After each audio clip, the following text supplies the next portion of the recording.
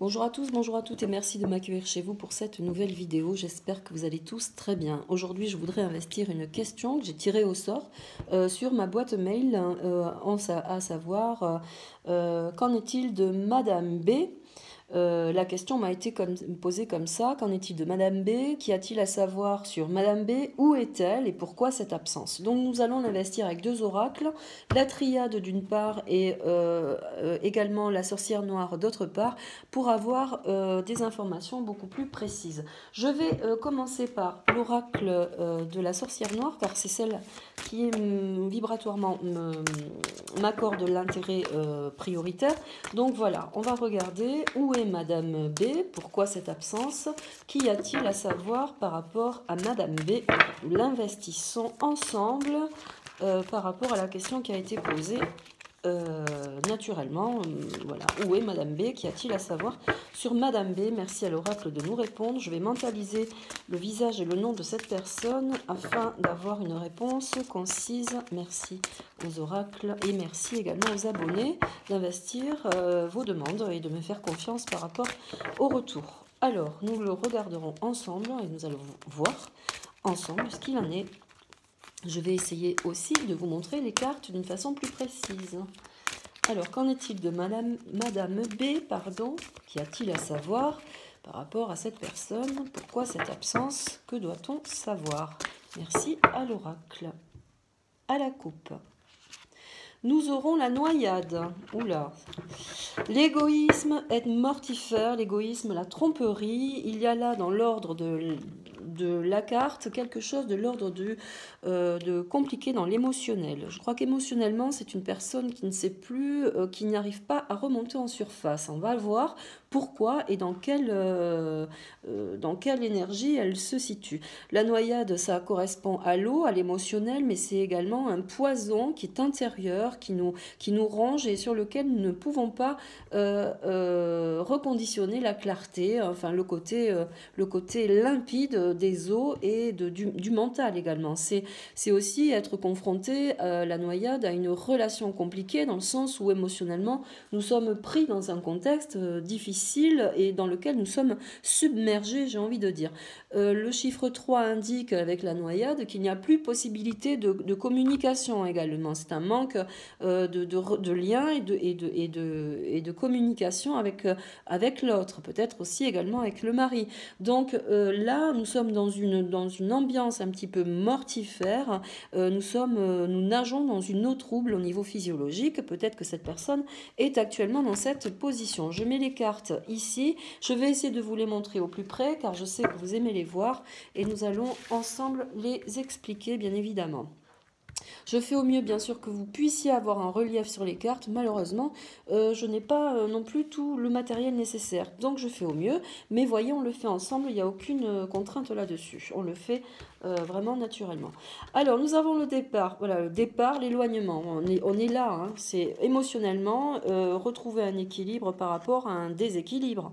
Là, c'est en l'occurrence, les cartes expliquent bien qu'il y a quand même un éloignement par rapport à la situation et que celui-ci est rationnellement nécessaire par rapport à un investissement physique, mental et physiologique. Je pense que cette personne doit être ou malade ou déséquilibrée d'une façon physiologique ou alors déséquilibrée aussi par rapport à la situation dans laquelle elle est et qu'elle a besoin de prendre bien sûr des distances. Donc il y a là un départ, un éloignement factuellement qui est très clair puisque nous le savons, nous le revendiquons. Vous voyez, l'oracle le dit également.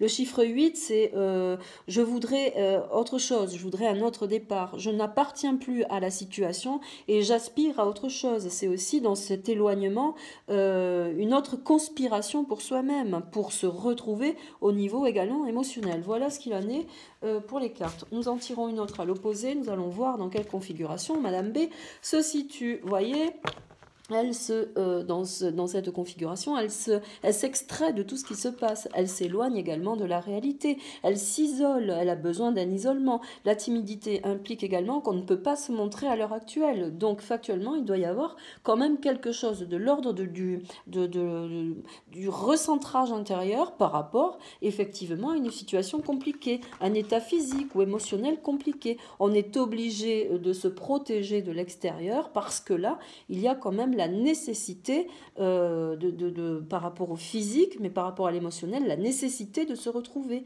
Hein. C'est aussi rentrer avec la tromperie et l'égoïsme, c'est ne plus se reconnaître également. Je ne sais pas si je viens de vous le dire, mais voyez, j'essaie de trouver vraiment toutes les cohérences par rapport à la question posée. C'est une personne qui a dû se sentir également trompée, qui a dû être trompée ou être initiée à une certaine tromperie, ce qui fait que ça l'a beaucoup affecté certainement dans son mental, dans sa physiologie. D'où cette réserve et cet isolement. Nous allons regarder plus précisément, bien évidemment. Hein. Où est Madame B? Qu'en est-il pour elle? Qu'y a-t-il? Que se passe-t-il pour Madame B?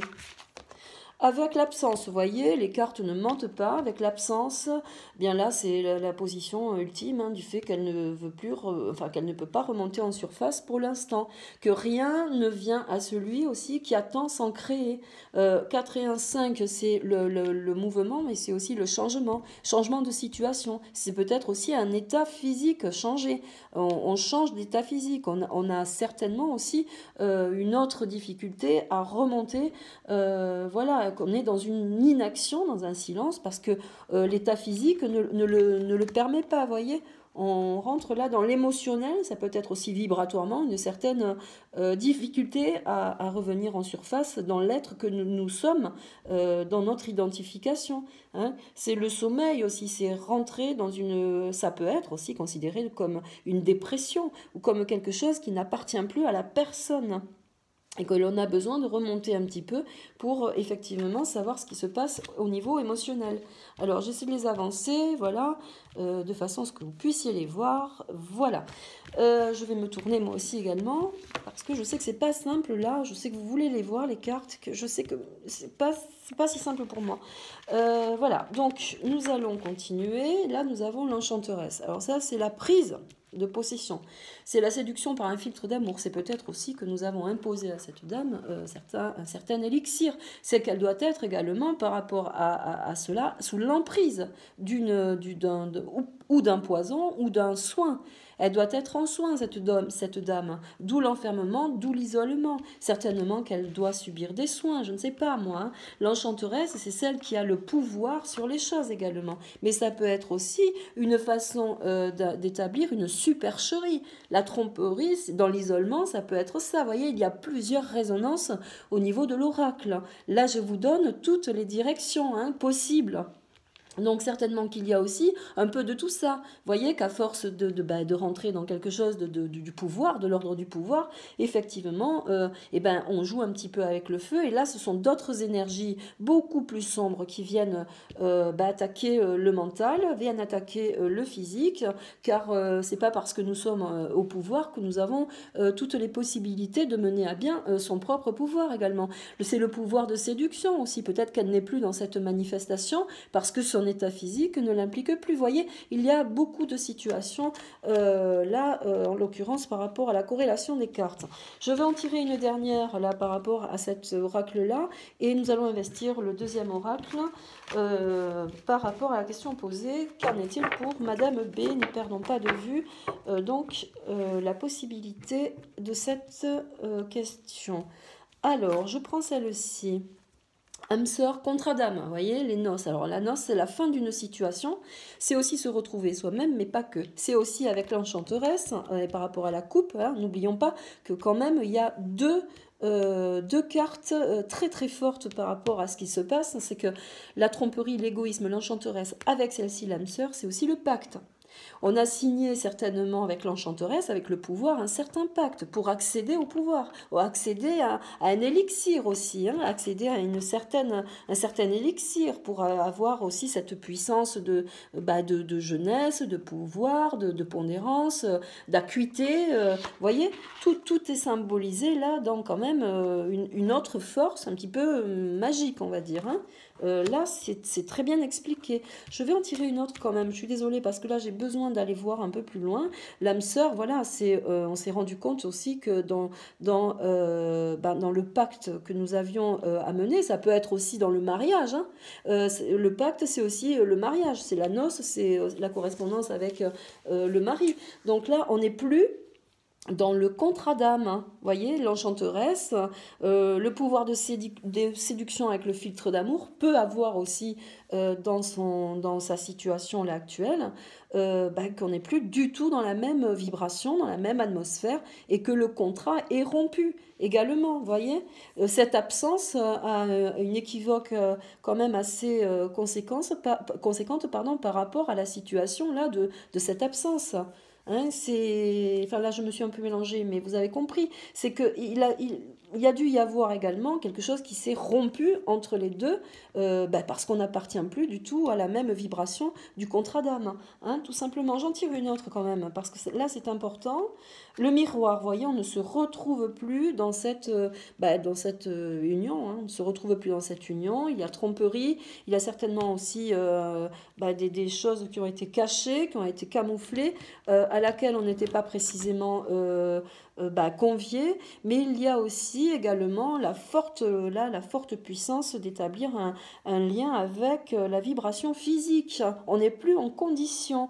Hein. La visualisation et l'invocation, c'est aussi engendré dans la probabilité d'un état qu'on ne se retrouve plus dans celui-là et que manifestement le relief que l'on a de soi-même n'est pas possible à entrevoir, à percevoir, voyez.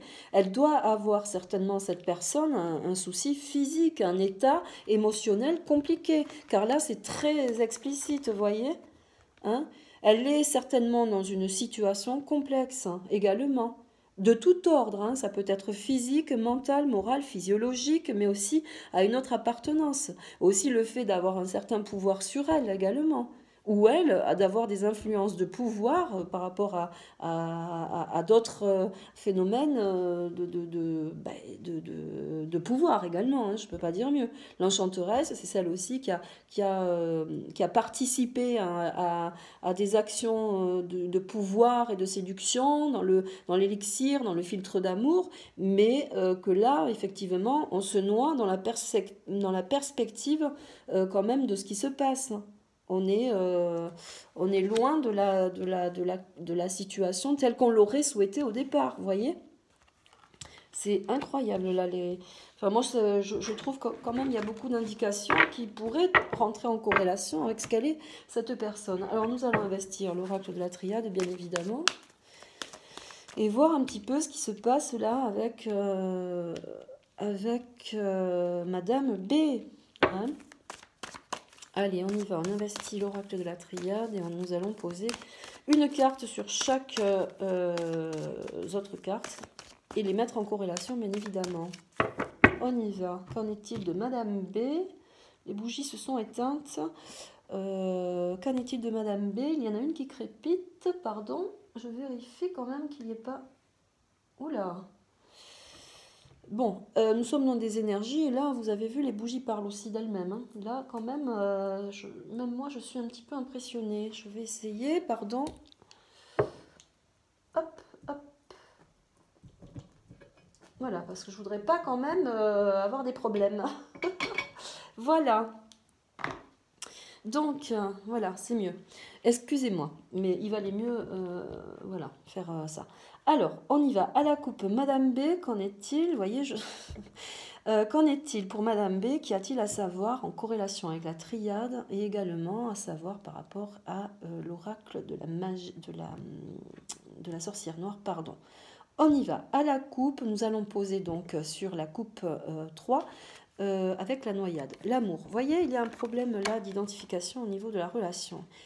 Il y a un problème là au niveau de la situation du couple. Hein. Le contrat n'est plus respecté, le contrat de mariage n'est plus respecté.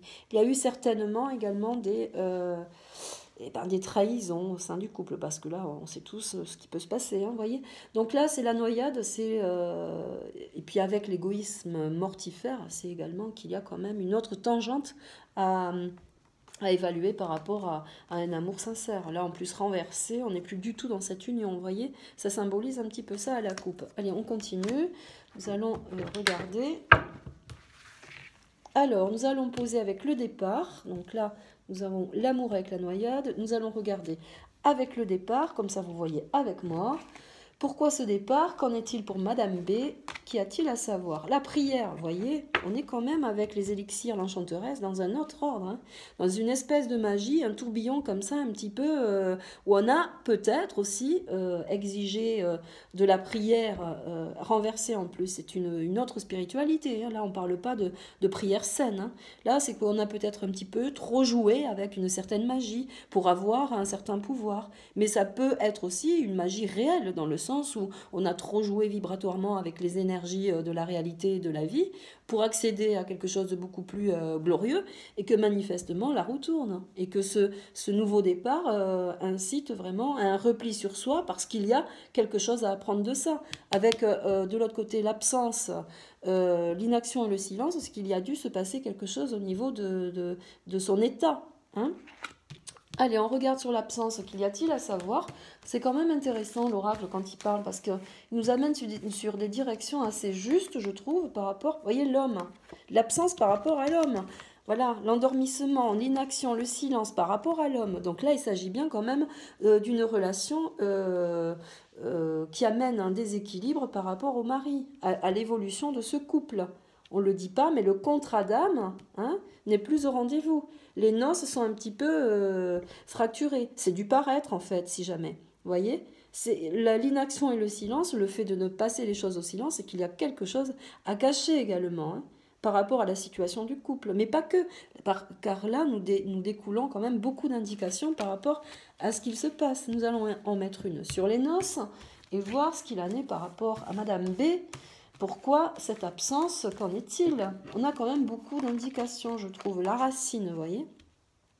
La racine avec les noces, c'est on ne trouve plus, on ne trouve pas, on ne trouve plus du tout la correspondance avec ce que l'on est dans sa propre racine.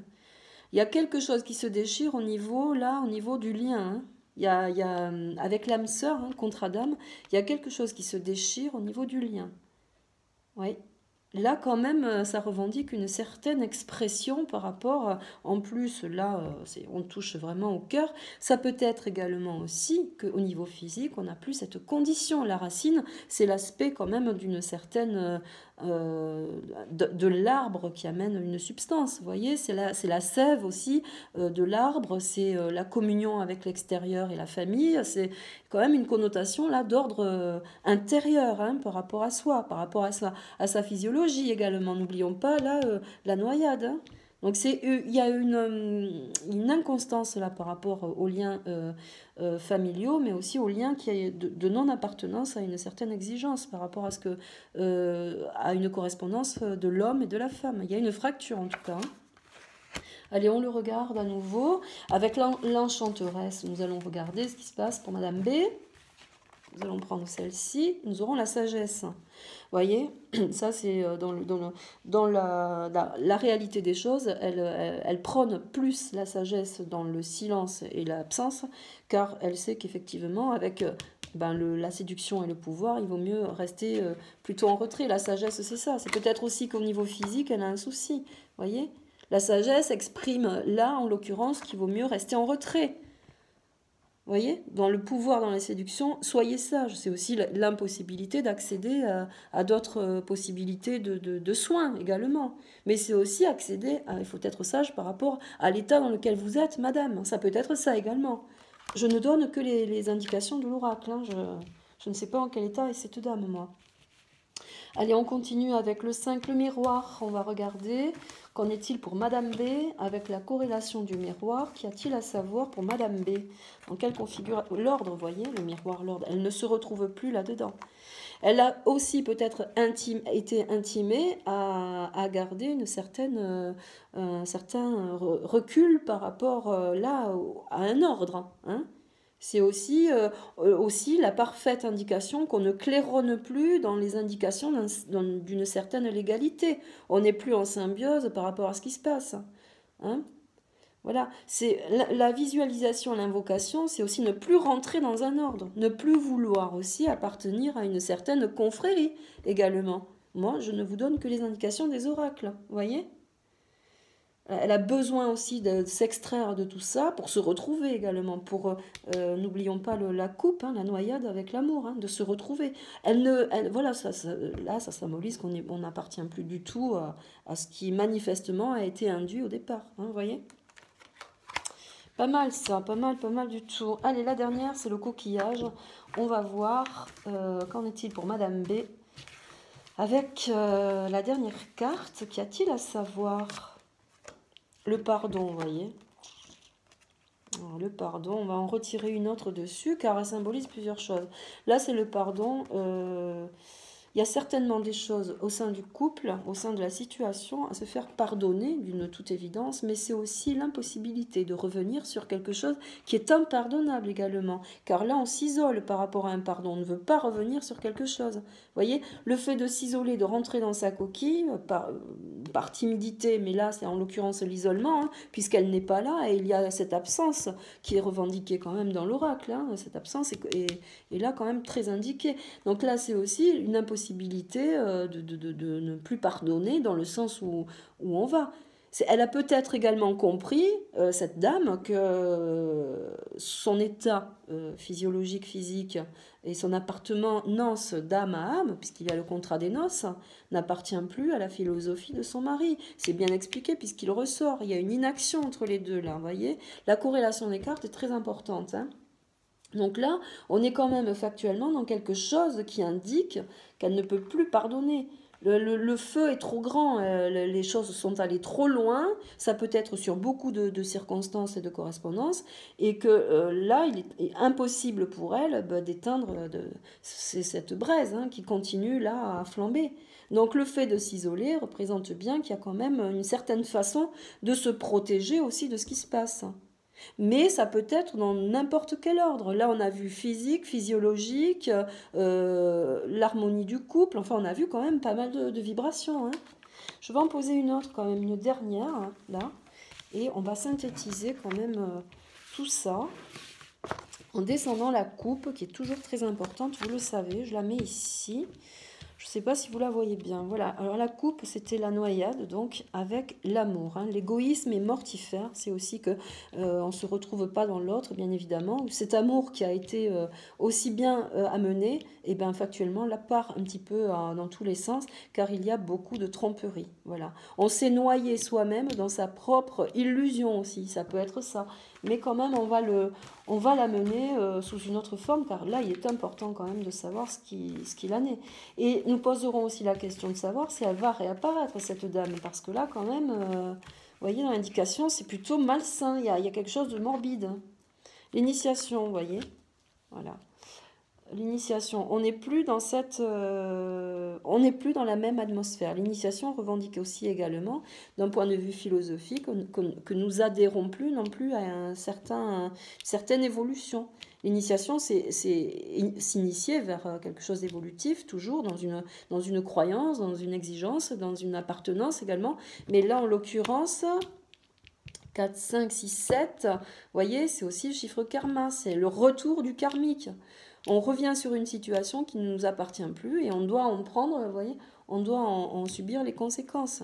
Il y a quelque chose là autour de cette dame qui est quand même nocif, j'ai l'impression, voire limite destructeur. Elle est peut-être aussi dans son état physiologique. L'initiation, c'est apprendre de soi ce qu'il en est, pourquoi on en est arrivé là, mais c'est aussi l'état général, puisque l'égoïsme est mortifère, la noyade, c'est se perdre dans l'émotionnel, et qu'il y a quelque chose à comprendre de ça.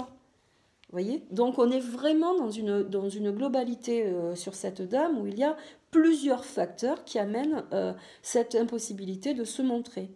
Voilà, je pense avoir répondu.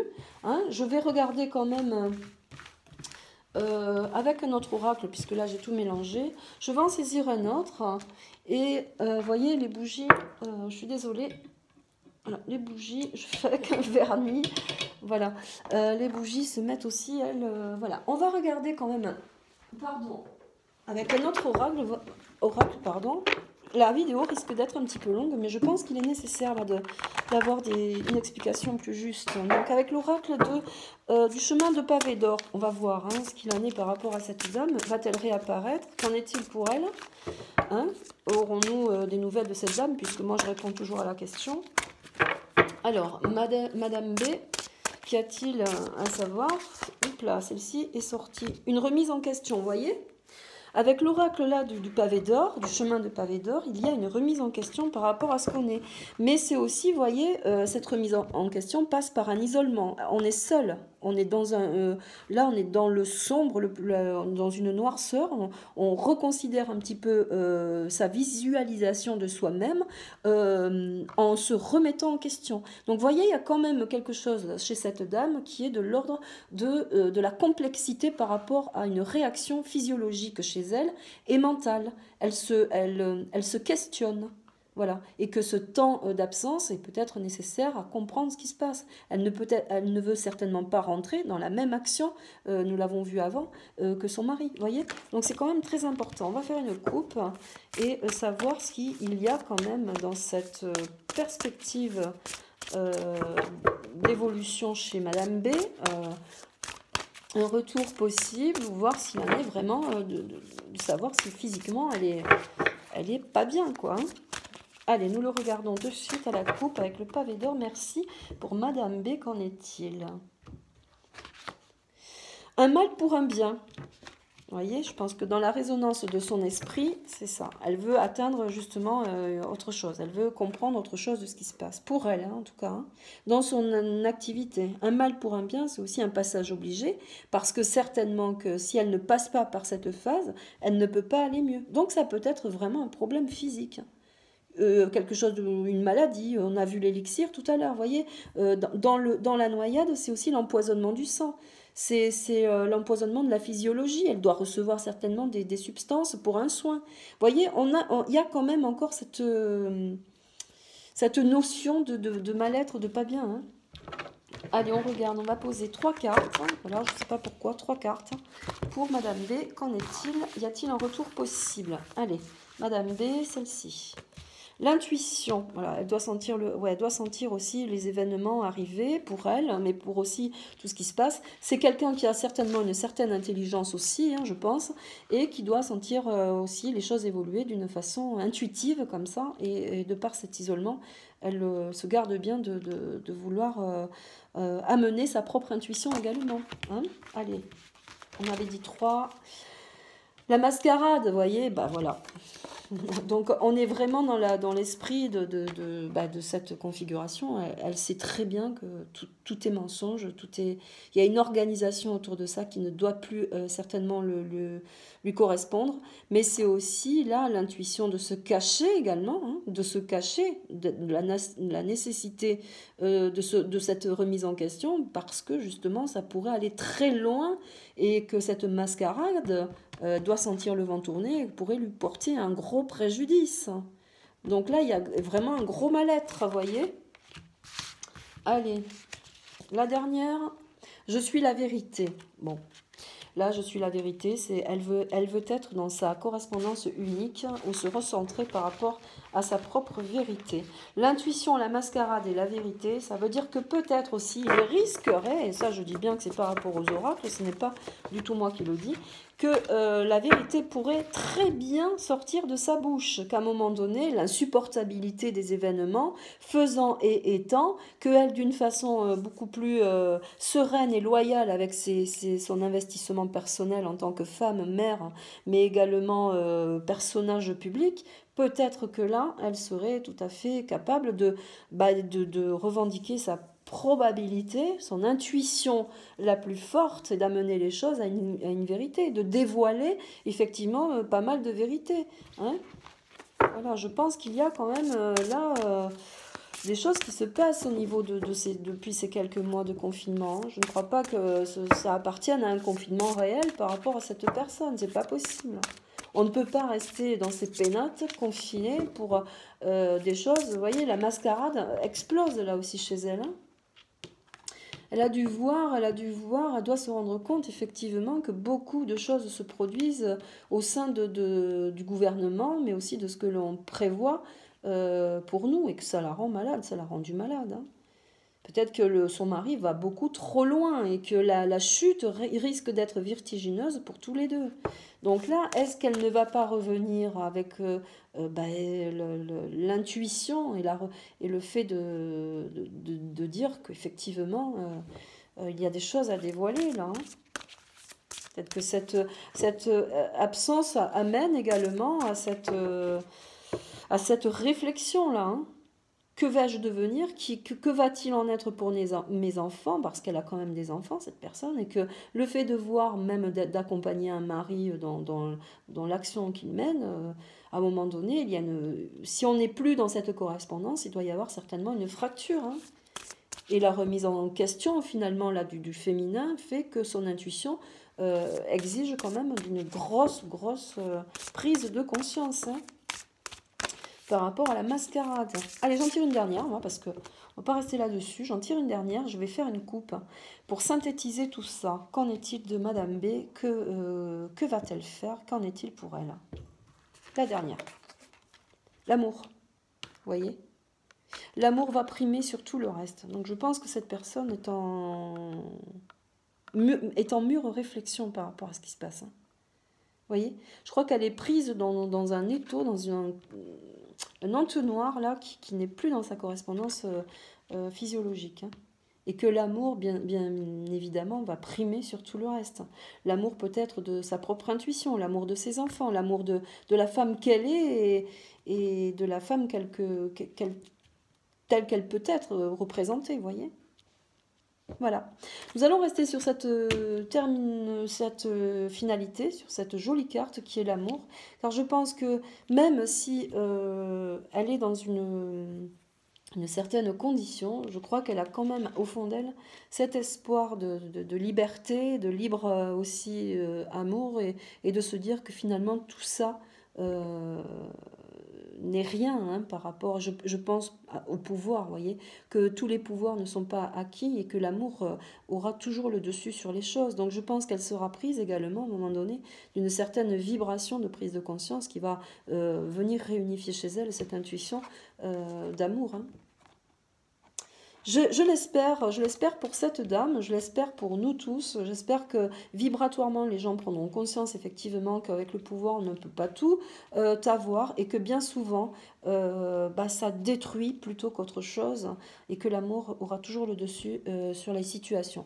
Voilà, je vous remercie de m'avoir suivi, j'espère ne pas avoir été trop longue, mais dès que je peux, je réponds aux questions. En l'occurrence là, j'ai fait parler les oracles, je remercie les oracles bien évidemment et je vous remercie également d'investir tout cela avec moi. Merci, à très bientôt. Passez une agréable journée. Au revoir.